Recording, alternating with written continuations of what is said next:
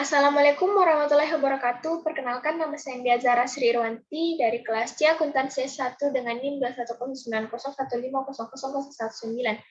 Nah, di sini saya akan mempresentasikan materi mengenai pengantar bisnis.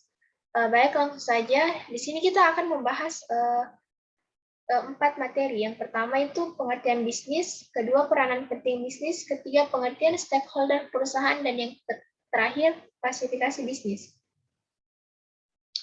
Nah, yang pertama, pengertian bisnis. Menurut Koges dan Kapor, bisnis adalah upaya terorganisir dari individu untuk memproduksi dan menjual untuk mendapatkan keuntungan barang dan jasa yang memenuhi kebutuhan masyarakat. Nah, menurut Brown dan Gretel, bisnis adalah lembaga yang menghasilkan barang dan jasa sesuai dengan permintaan orang-orang. Yang kedua, peran penting bisnis. Nah, yang pertama, bisnis yang berorientasi pada laba.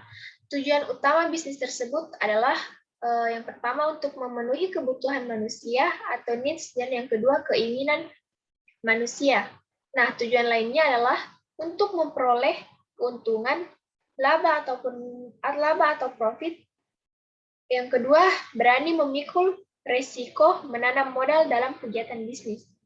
Dua, kategori bisnis yang tidak mengejar keuntungan. Nah, tujuan utamanya adalah pelayanan. Tujuan lainnya adalah adanya sumber dana untuk menjaga kelangsungan bisnis atau usahanya. Nah, misalkan bisnis kantor pemerintah yang memberikan layanan jasa untuk masyarakat. Yang kedua, contohnya bisnis rumah sakit pemerintah.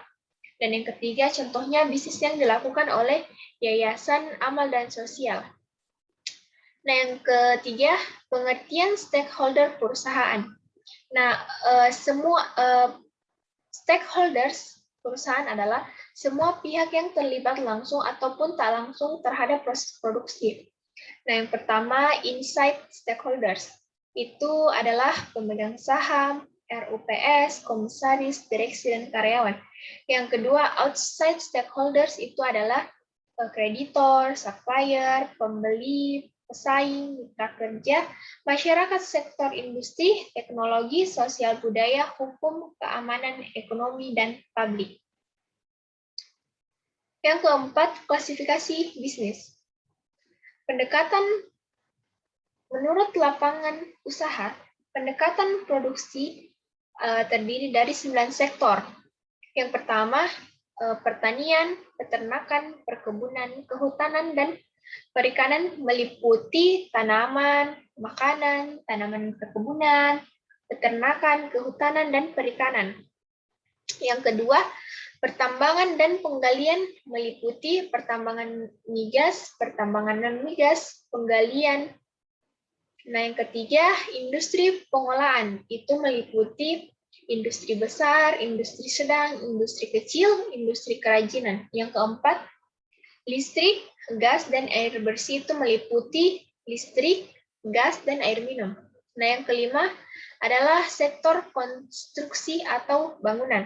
Yang keenam, perdagangan, hotel, dan restoran.